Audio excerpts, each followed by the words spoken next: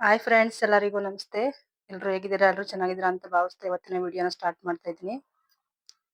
ಇವತ್ತು ಗುರುವಾರ ಆದ್ರಿಂದ ಕ್ರಿಸ್ಮಸ್ ಇದೆ, ಮಕ್ಳಿಗೆ ರಜೆ ಇದೆ. ಇವತ್ತು ಬೆಳಗಿನ ಟಿಫನ್ ಏನು ಮಾಡಿಲ್ಲ.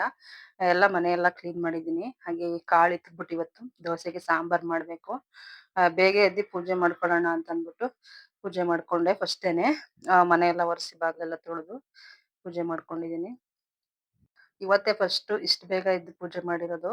ಅಂದ್ರೆ ಡೈಲಿ ಮಕ್ಳು ಸ್ಕೂಲ್ಗೆ ಹೋಗ್ತಾರಲ್ಲ, ಅವ್ರ ಕೆಲಸ ಮಾಡೋದೇ ಆಗ್ಬಿಡುತ್ತೆ. ಅದ್ರಿಂದ ಇವತ್ ಮಾತ್ರ ಬೇಗ ಪೂಜೆ ಆಯ್ತು. ರಾಯರ ವಾರ ಗುರುವಾರ ಆದ್ರಿಂದ ಗುರುವಾರದ ಸಿಂಪಲ್ ನಮ್ಮನೆ ಪೂಜೆ ಅಂತಾನೆ ಹೇಳ್ಬೋದು. ತೋಟದಿಂದ ಸ್ವಲ್ಪ ಹೂವ ತಂದಿದ್ದೆ. ಕನಕಾಂಬರ ಹೂವ ತಂದಿದ್ನಲ್ಲ, ಕನಕಾಂಬರ ಕಾಕಡ ತಂದಿದ್ದೆ. ಹಾಗೆ ನಮ್ ಗಿಡದ ರೋಸ್ ಇತ್ತು, ಅದನ್ನೆಲ್ಲ ಹಾಕಿ ರಾಯರಿಗೆ ಸಿಂಪಲ್ ಆಗಿ ಅಲಂಕಾರ ಮಾಡಿ ಪೂಜೆ ಮಾಡ್ಕೊಂಡೆ, ದೀಪ ಹಚ್ಕೊಂಡು.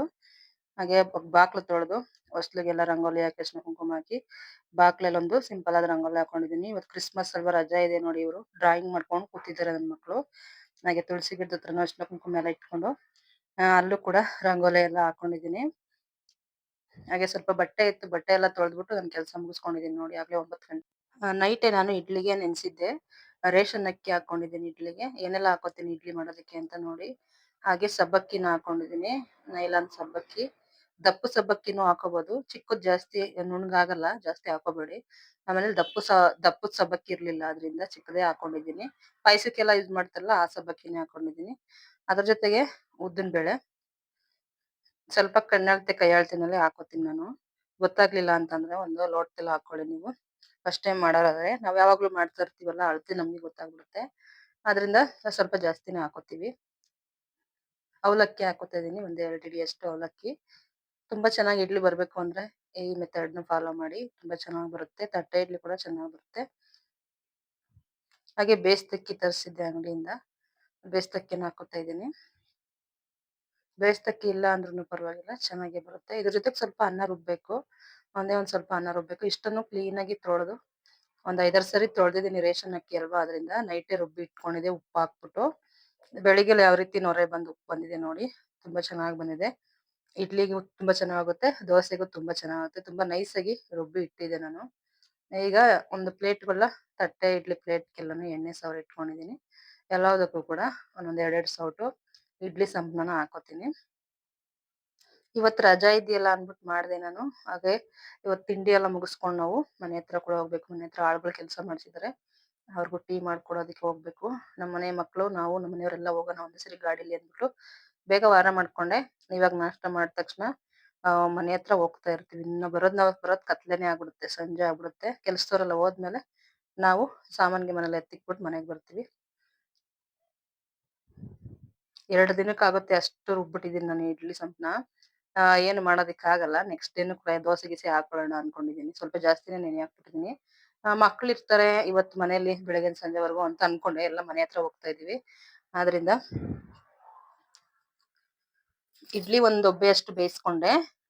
ನೆಕ್ಸ್ಟ್ ದೋಸೆ ಕೂಡ ಮಾಡ್ಕೊಂಡಿದೀನಿ ನಾನು.